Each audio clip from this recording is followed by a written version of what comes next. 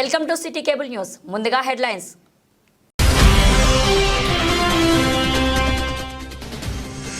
తెలంగాణలో రాబోయేది బీజేపీ ప్రభుత్వమేనని జోష్యం చెప్పిన కేంద్ర హోంశాఖ సహాయ మంత్రి బండి సంజయ్ కుమార్. సిరిసిల్లలో బీజేపీ కార్యకర్తల ఆత్మీయ సమ్మేళనంలో ముఖ్య అతిథిగా హాజరు.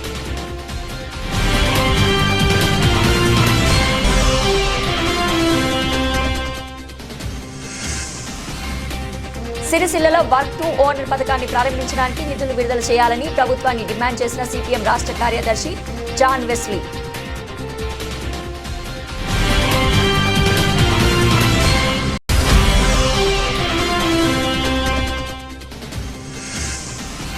బీఆర్ఎస్ నేతలు స్పీకర్పై అనుచిత వ్యాఖ్యలపై మండిపడ్డ కాంగ్రెస్ నాయకులు. దిష్టిబొమ్మ దగ్ధం.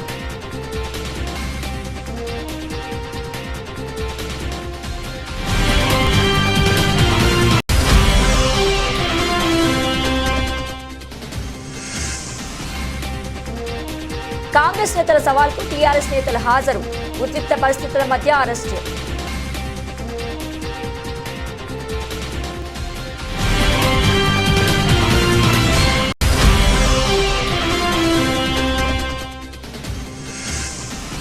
దిష్టి బొమ్మల దగ్ధంపై పోలీస్ స్టేషన్లో టీఆర్ఎస్ నేతల ఫిర్యాదు.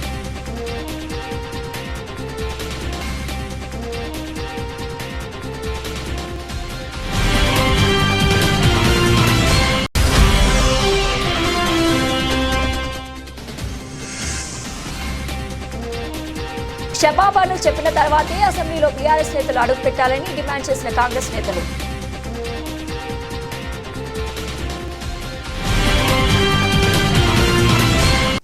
రాజన్న సిరిసిల్ల జిల్లా కేంద్రంలో బీజేపీ నిర్వహించిన ఆత్మీయ సమ్మేళనంకి ముఖ్య అతిథిగా కేంద్ర మంత్రి బండి సంజయ్ హాజరయ్యారు.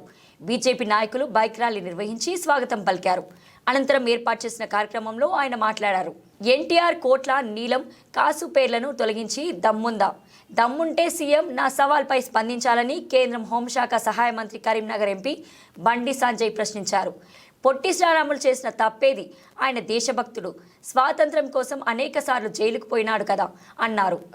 హరిజనులకు ఆలయాల్లోకి ప్రవేశం కల్పించాలని పోరాడిన వ్యక్తి అట్లాంటి దేశభక్తుని అవమానిస్తారా అంటూ మండిపడ్డారు. కాంగ్రెస్ దళిత వ్యతిరేకి, ఆర్యవైశ్య వ్యతిరేకి ఎమ్మెల్సీ ఎన్నికల్లో ఆలఫ్రెన్స్ నరేందర్ రెడ్డిని ఆ పార్టీ నాయకులే ఓడించారన్నారు. బీజేపీ అభ్యర్థిని కార్యకర్తలు గెలిపించుకున్నారన్నారు. ఇదే విషయం నరేందర్ రెడ్డికి చెప్పారని గుర్తు చేశారు. రాబోయేది బీజేపీ ప్రభుత్వమేనని, స్థానిక ఎన్నికల్లో కార్యకర్తలను గెలిపించే బాధ్యత తీసుకుంటానన్నారు. కష్టపడే కార్యకర్తలకు టికెట్లు ఇచ్చి గెలిపించుకుంటామన్నారు. తెలంగాణ కాంగ్రెస్ శ్రీలంకలా మారుస్తుందని, రాష్ట్రంలో అరాచక అవినీతి పాలన కొనసాగుతుందన్నారు.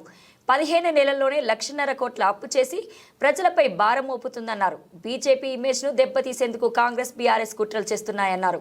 రాబోయే ఎన్నికల్లో ఆ రెండు పార్టీలు కలిసి పోటీ చేసినా ఆశ్చర్యం పోనక్కర్లేదన్నారు. ఈ కార్యక్రమంలో బీజేపీ జిల్లా అధ్యక్షులు రెడ్డిబోయిన గోపి, వేములవాడ నియోజకవర్గ ఇన్ఛార్జ్ చెన్నమనేని వికాసరావు తదితరులు పాల్గొన్నారు.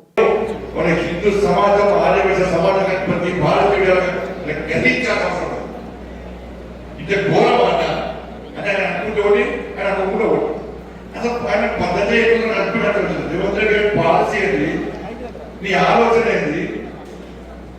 కాబట్టి భారతీయ జనతా పార్టీ రాష్ట్ర ముఖ్యమంత్రి గారి నిర్ణయాన్ని తీవ్రంగా వ్యతిరేకిస్తున్నాం.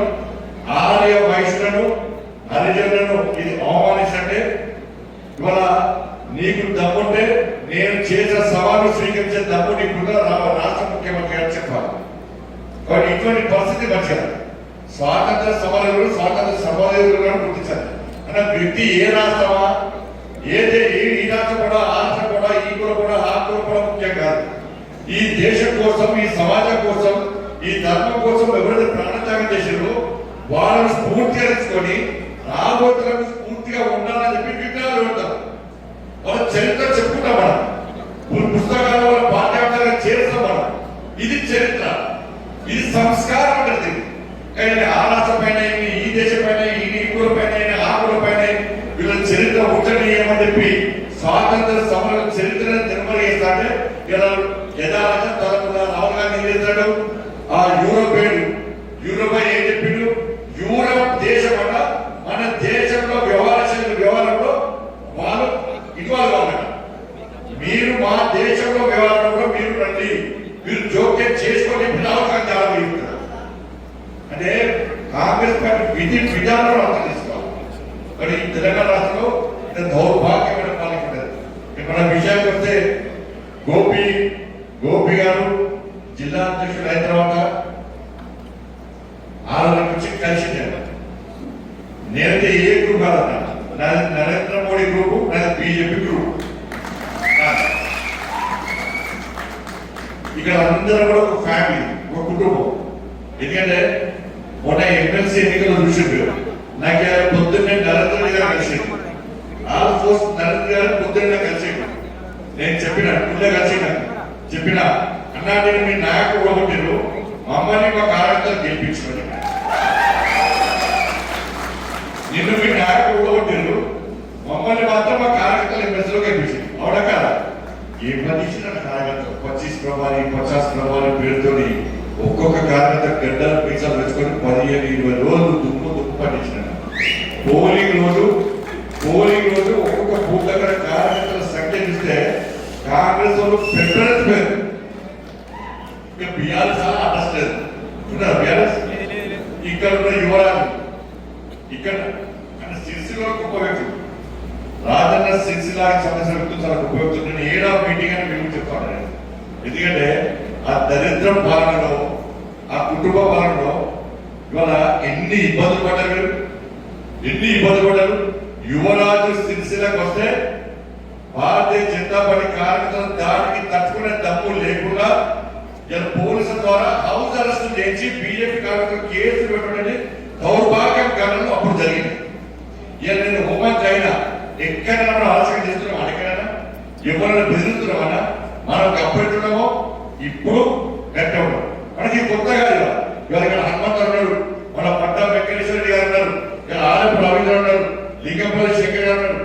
వీళ్ళందరూ కూడా అప్పుడు నక్సలైట్లు ఈ ప్రాంతంలో విచ్చలవిడిగా చెలరేగుతున్నప్పుడు, హత్యాకాండ చేస్తున్నప్పుడు, దౌర్జన్యాలు చేస్తున్నప్పుడు, దోసుకున్నప్పుడు కూడా వాళ్ళు నక్సలైట్లు వార్నింగ్ ఇచ్చిన మా హనుమంత్ అన్న విద్యాసాగర్ గారు ఇచ్చపల్లి యాత్ర చేస్తే రాష్ట్రకు భారతకు పోయి అక్కడ గంగమ్మ మాత విగ్రహం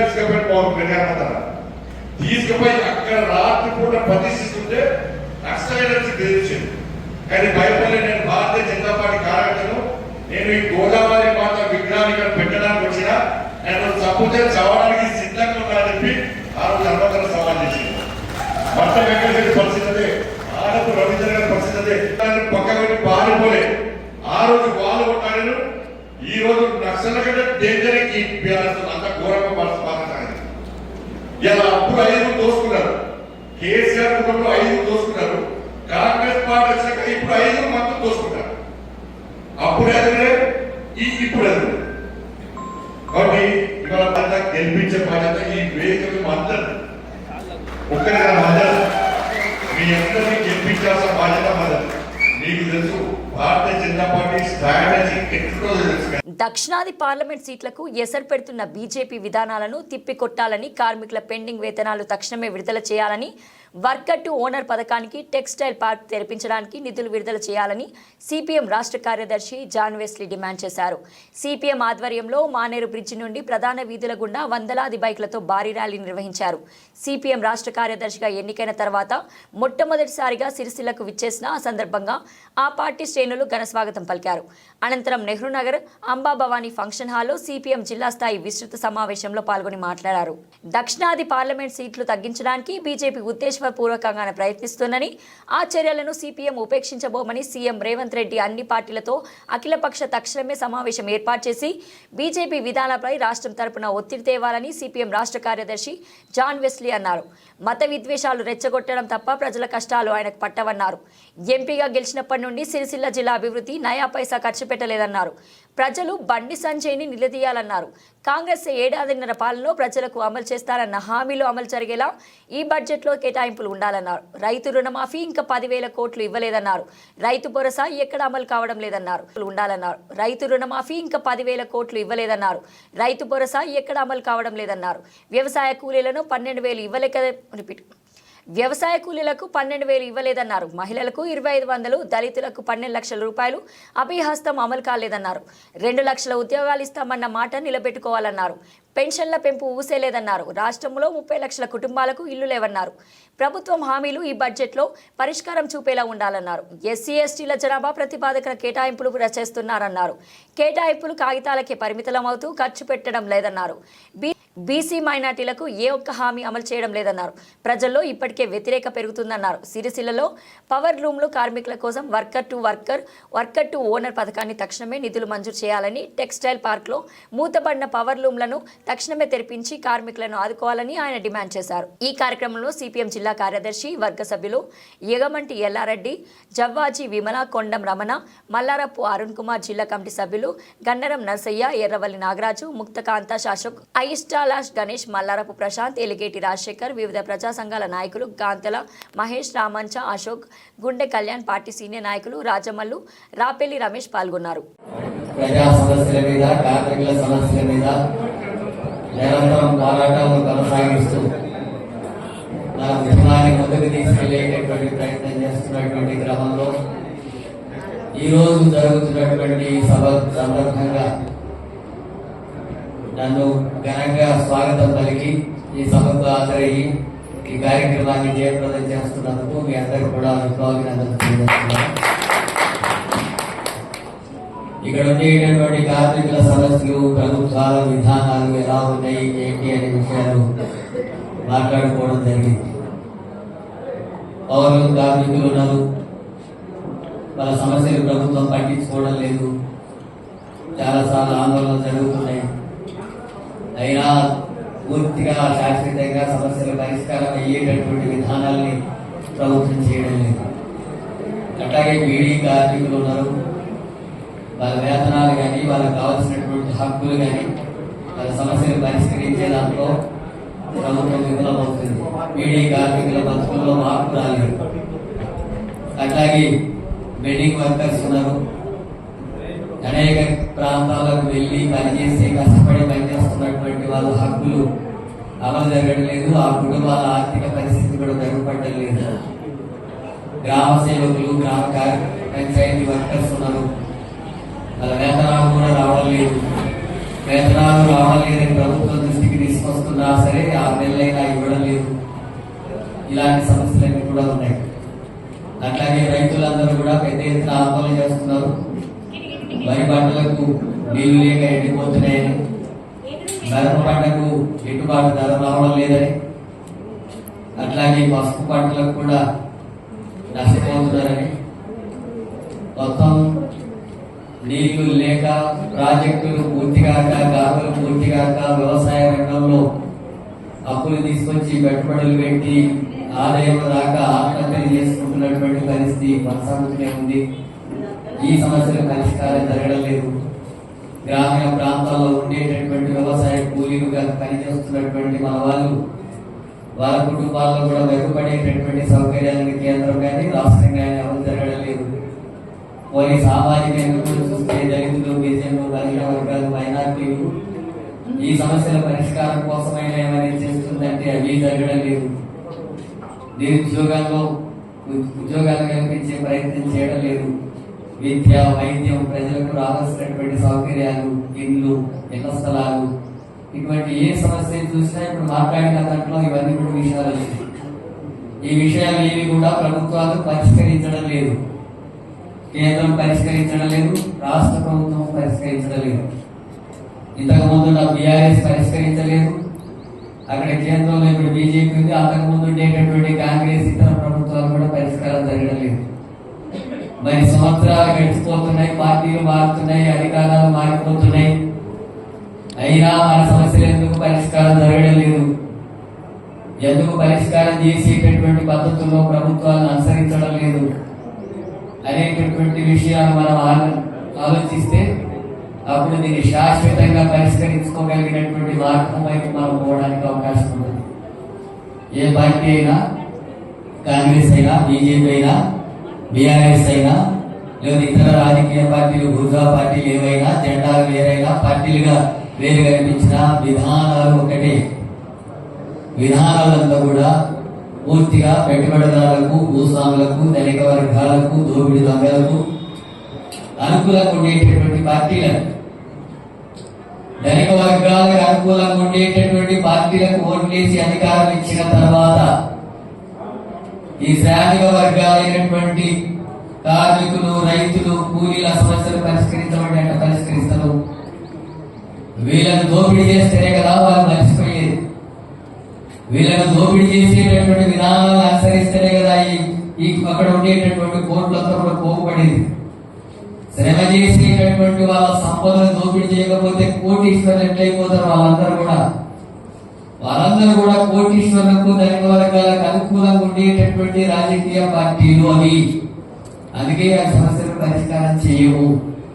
కాబట్టి అక్కడక్కడ కొన్ని ఎన్నికల సందర్భంగా ఓట్ల కోసం కొన్ని వాగ్దానాలు, కొన్ని హామీలు, కొన్ని అక్కడక్కడ కొన్ని అమలు చేయడం, అలాంటి అమలు చేసేటటువంటి పేరుతో ప్రభుత్వాల మీద వ్యతిరేకత వస్తే ఆ ప్రభుత్వానికి వ్యతిరేకంగా ఇంకొక ఊర్గా పార్టీని మళ్ళీ ఎన్నికల్లో ముందుకు రావడం, ఆ రకంగా అదే గేమ్ జరుగుతూ ఉంది తప్ప శ్రామిక వర్గాలకు సంబంధించినటువంటి ప్రయోజనాలు అమలు జరగడానికి కావలసినటువంటి సమస్యలు పరిష్కరించడం లేదు.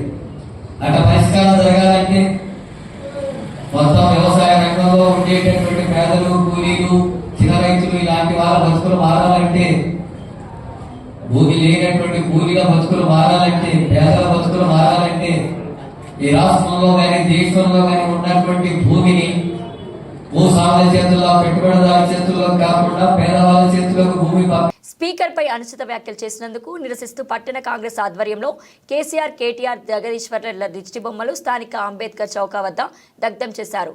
టీఆర్ఎస్ ఎమ్మెల్యేల తీరును నిరసిస్తూ వ్యతిరేక నినాదాలు చేశారు. దళితుడైన స్పీకర్ పై మాజీ మంత్రి జగదీశ్వర్ రెడ్డి చేసిన అనుచిత వ్యాఖ్యలను తాము తీవ్రంగా ఖండిస్తున్నట్టు పట్టణ కాంగ్రెస్ అధ్యక్షులు చొప్పదండి ప్రకాష్ అన్నారు. 10 ఏళ్ల అధికారంలో ఉన్న హరీష్ రావు ఇలాంటి చర్యలను సమర్థించడాన్ని తాము వ్యతిరేకిస్తున్నట్లు పేర్కొన్నారు.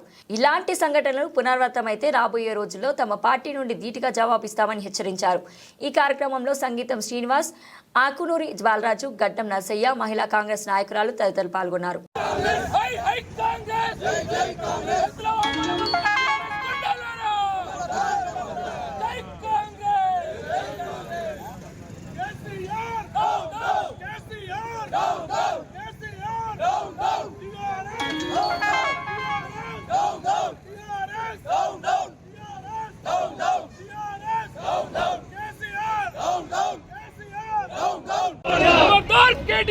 खबरदार खबरदार केटीआर खबरदार खबरदार केटीआर खबरदार खबरदार जय कांग्रेस जय कांग्रेस जय कांग्रेस जय कांग्रेस जय कांग्रेस खबरदार केटीआर खबरदार खबरदार खबरदार केसीआर खबरदार खबरदार खबरदार केसीआर खबरदार खबरदार खबरदार जगदीश्वर रेड्डी खबरदार खबरदार खबरदार जगदीश्वर रेड्डी खबरदार खबरदार గౌరవ స్పీకర్ గారైనటువంటి గండం ప్రసాద్ గారిపై అనుచిత వ్యాఖ్యలు చేసినటువంటి మాజీ మంత్రి జగదీశ్వర్ రెడ్డి గారి యొక్క ప్రవర్తన తీరుపై నిరసనలు తెలపడం జరిగింది. వారు ప్రవర్తన తీరుకు వారి యొక్క 10 సంవత్సరాల కాలంలో ముఖ్యమంత్రిగా, మంత్రిగా హరీష్ రావు గారు కూడా మంత్రిగా ఉండి వారి పాలన చేసినటువంటి వ్యక్తులు కూడా దాన్ని సమర్థించడం అనేది చాలా శోచనీయమైనటువంటి విషయము. ఇది ఒక రాజ్యాంగబద్ధంగా ఎన్నుకోబడ్డటువంటి గౌరవ స్పీకరు దళితుడనే ఉద్దేశంతో దళిత నేత అయినటువంటి గడ్డం ప్రసాద్ గారిని అవమానించడం చాలా ద్రోహం పూరితమైనటువంటి వ్యక్తపరుస్తూ ఉన్నాము. కావున ఇటువంటి మోసపూరితంగా ఇటువంటి దురుద్దేశపూర్వకమైనటువంటి వ్యాఖ్యలు ఇక ముందు చేయవద్దని, చేస్తే బాగుండదని చెప్పి హెచ్చరిస్తాం. సిరిసిల్ల పట్టణంలో కాంగ్రెస్ నాయకులు విసిరిన సవాల్ను స్వీకరించిన బీఆర్ఎస్ పార్టీ నాయకులు అంబేద్కర్ విగ్రహం వద్దకు చేరుకొని ఉద్రిక్త వాతావరణం నెలకొంది. పోలీసులు వెంటనే వారిని అదుపులోకి తీసుకొని ఠాణాకు తరలించారు. పట్టణంలోని అంబేద్కర్ చౌరస్తా వద్దకు చర్చకు వచ్చామని సాక్ష్యాధారాలతో కాంగ్రెస్ పార్టీ నాయకులు నిరూపించాలంటూ బీఆర్ఎస్ పార్టీ నాయకులు నినాదాలు చేశారు. ఈ సందర్భంగా తంగళ్లపల్లి మండల అధ్యక్షులు గజపింకార రాజన్న మాట్లాడుతూ గత కొద్ది రోజుల నుండి కాంగ్రెస్ పార్టీ నాయకులు మీడియా సమావేశాలతో మా పార్టీకి చెందిన మాజీ సర్పంచ్ మధుపై ఎన్నో ఆరోపణలు చేశారని, వాటన్నిటికీ ఈరోజు సాక్ష్యాధారాలతో సహా నిరూపిస్తామని సవాల్ విసిరారు. దాన్ని స్వీకరించి మేము ఇక్కడికి చేరుకున్నామని తెలిపారు. సగం స్థలానికి పోలీసులు అక్కడికి చేరుకొని వారందరికీ అదుపులోకి తీసుకొని జిల్లా పోలీస్ హెడ్ క్వార్టర్స్ కు తరలించారు.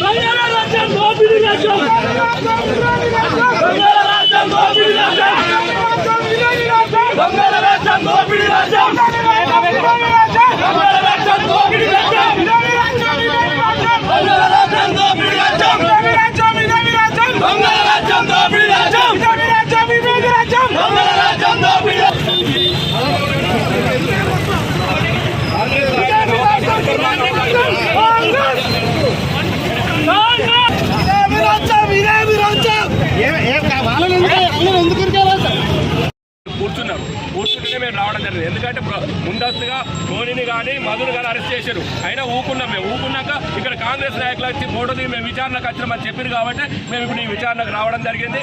ఈ సందర్భంగా మేము ప్రతిపక్షంలో ఉన్నాం, మాకు అవకాశం ఇవ్వడం లేదు. వాళ్ళంతా కూకున్నారు మా మీద పోలీసులు కావాలని చెప్పేసి అక్రమంగా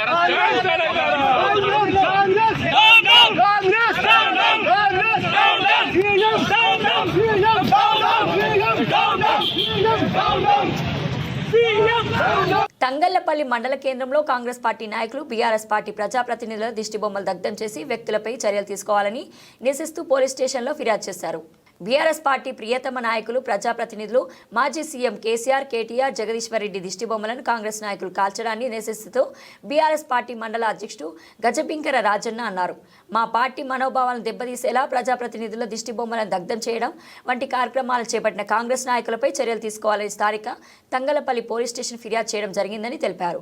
మా నాయకులు ఎలాంటి తప్పులు చేయకపోయినా వారిపై అబాండాలు వేస్తూ సభా సాంప్రదాయాలు పాటించాలని, గౌరవంగా వ్యవహరించిన వ్యక్తుల దిష్టిబొమ్మలను దగ్ధం చేయడం మా మనోభావాలు దెబ్బతిన్నాయని, కాంగ్రెస్ నాయకులపై కేసు నమోదు చేయాలని పోలీస్ స్టేషన్లో ఫిర్యాదు చేయడం జరిగిందని పేర్కొన్నారు. ఈ కార్యక్రమంలో మండల బీఆర్ఎస్ పార్టీ నాయకులు పాల్గొన్నారు. ఈరోజు తంగలపల్లి మండల కేంద్రంలో మా ప్రియతమ నాయకులు బీఆర్ఎస్ పార్టీ నేతలు గౌరవ ప్రజాప్రతినిధులైనటువంటి కేసీఆర్ గారి, కేటీఆర్ గారి, జగదీశ్వర్ రెడ్డి గారి దిష్టి బొమ్మలను కాంగ్రెస్ నాయకులు కాల్చివేసినందుకు నిరసనగా ఈరోజు పోలీసు వారికి ఫిర్యాదు చేయడం జరిగింది. మరే మా మనోభావాలను దెబ్బతీస్తూ ప్రజాప్రతినిధులైనటువంటి వారి దిష్టిబొమ్మలు తగలబెట్టడం చాలా అన్యాయం. మరే ఈ ఏదైతే సంఘటన జరిగిందనుకుంటున్నామో ఆ సంఘటన కాడ మరి కేసీఆర్ గారు లేనేలేరు, కేటీఆర్ గారు దాని గురించి మాట్లాడనే లేదు. అటువంటి వ్యక్తులను జగదీశ్వర్ రెడ్డి కూడా ఏ మాత్రం తప్పు చేయకుండా సభ సాంప్రదాయాలు పాటించమని గౌరవంగా మాట్లాడింది తప్ప ఎక్కడ కూడా తప్పు చేయలేదు. అటువంటి వ్యక్తి బొమ్మలను ఈరోజు కాల్చివేయడం అంటే మా మనోభావాలను, మా బీఆర్ఎస్ కుటుంబ సభ్యుల మనోభావాలను దెబ్బతీయడం అవుతుంది. కాబట్టి దిష్టి బొమ్మలు తగలబెట్టిన కాంగ్రెస్ నాయకులపై కఠిన చర్యలు తీసుకోవాలని ఈరోజు తంగలపల్లి ఎస్ఐ గారికి వినతి పత్రం సమర్పించడం జరిగింది. తంగలపల్లి మండల కేంద్రంలో బీఆర్ఎస్ పార్టీ నాయకులు కేసీఆర్, కేటీఆర్, జగదీశ్వర్ రెడ్డి దిష్టి బొమ్మలను కాంగ్రెస్ పార్టీ నాయకులు దగ్ధం చేశారు. అసెంబ్లీ సాక్షిగా స్పీకర్ గడ్డం ప్రసాద్ను కేసీఆర్, కేటీఆర్ ప్రోద్బలంతో అవమానించే విధంగా మాట్లాడిన జగదీశ్వర్ రెడ్డి తీరుపై నిరసిస్తూ దిష్టి బొమ్మలను దగ్ధం చేయడం జరిగిందని కాంగ్రెస్ పార్టీ యువజన జిల్లా ఉపాధ్యక్షుడు మునికెల రాజు తెలిపారు. దళిత సామాజిక వర్గానికి చెందిన స్పీకర్ను అవమానించే విధంగా మాట్లాడారని, టీపీసీసీ పిలుపు మేరకు బీఆర్ఎస్ పార్టీ నాయకులు కేసీఆర్, కేటీఆర్, జగదీశ్వర్ రెడ్డి దిష్టి బొమ్మలను దగ్ధం చేయడం జరిగిందని అన్నారు. వెంటనే వీరు ఎస్సీ, ఎస్టీ, బీసీ వర్గాల వారికి బహిరంగ క్షమాపణలు చెప్పి అసెంబ్లీలో అడుగుపెట్టాలని హెచ్చరించారు. ఈ కార్యక్రమంలో మండల కాంగ్రెస్ పార్టీ నాయకులు పాల్గొన్నారు.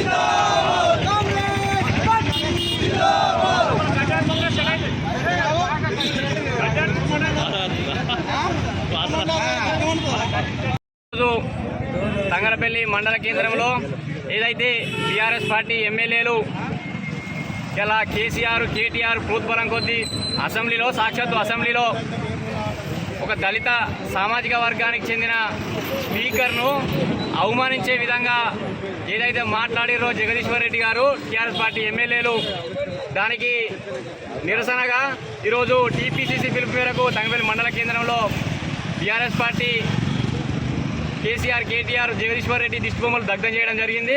ఏదైతే ఈ బీఆర్ఎస్ ప్రభుత్వంలో ఉన్నప్పుడు కానీ ఇలా ప్రతిపక్షంలో ఉన్నప్పుడు కానీ ఇవాళ ఎప్పుడు దళిత సామాజిక వర్గాన్ని, దళితులను చిన్నచూపు చూస్తూ అవమానకరంగా మాట్లాడుతున్న తీరును ఈ రాష్ట్ర ప్రజలందరూ గమనిస్తున్నారు. ఎందుకంటే సాక్షాత్తు అసెంబ్లీలో కేటీఆర్, కేసీఆర్ ప్రోత్బలం కొద్దీ ఇవాళ జగదీశ్వర్ రెడ్డి దళిత స్పీకర్ను అవమానించారనేది మేము బహిరంగంగా చెప్తున్నాం. ఎందుకంటే ఇవాళ వారి సూచన కొద్దే వీరు ఇటువంటి ఆగాడాలకు, ఇటువంటి మాటలు మాట్లాడుతున్నారు. కాబట్టి వాళ్ళ కేసీఆర్, కేటీఆర్, జగదీశ్వర్ రెడ్డి వెంటనే ఈ తెలంగాణలో ఉన్న దళిత ఎస్సీ, ఎస్టీ, బీసీలకు ఇలా క్షమాపణ చెప్పాలి. ముఖ్యంగా ఇక్కడ ఉన్న ఎస్సీ, ఎస్టీలతో పాటు ఇలా దళిత స్పీకర్కు బహిరంగ క్షమాపణ చెప్పి అసెంబ్లీలో అడుగుపెట్టాలని ఇలా బీఆర్ఎస్ పార్టీ కేటీఆర్ను, కేసీఆర్ను, బీఆర్ఎస్ పార్టీ ఎమ్మెల్యేలను ఈ తంగపల్లి మండల శాఖ పక్షాన డిమాండ్ చేస్తున్నాం. బులెటిన్ ముగించే ముందు హెడ్లైన్స్ మరోసారి.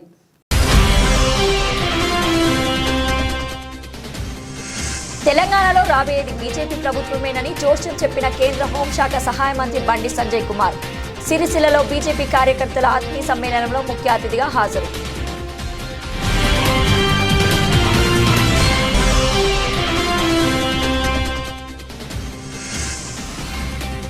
సిరిసిల్లలో వర్క్ టు ఓనర్ పథకాన్ని ప్రారంభించడానికి నిధులు విడుదల చేయాలని ప్రభుత్వాన్ని డిమాండ్ చేసిన సిపిఎం రాష్ట్ర కార్యదర్శి జాన్ వెస్లీ.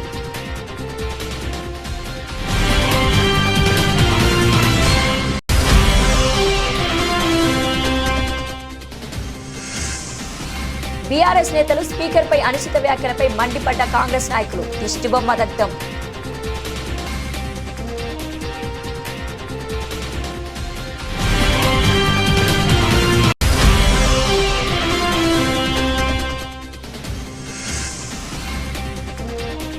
కాంగ్రెస్ నేతల సవాల్కు టీఆర్ఎస్ నేతలు హాజరు.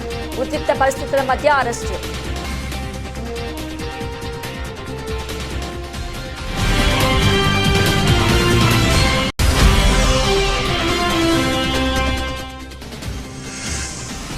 దిష్టి బొమ్మల దగ్ధంపై పోలీస్ స్టేషన్లో టీఆర్ఎస్ నేతల ఫిర్యాదు.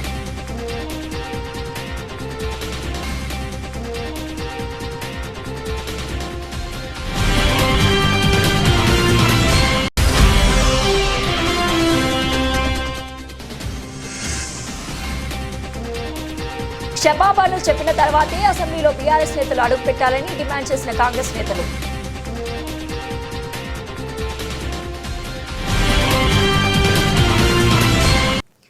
ఇది ఈ రోజు బులెటిన్. మరో బులెటిన్లో మళ్ళీ కలుద్దాం.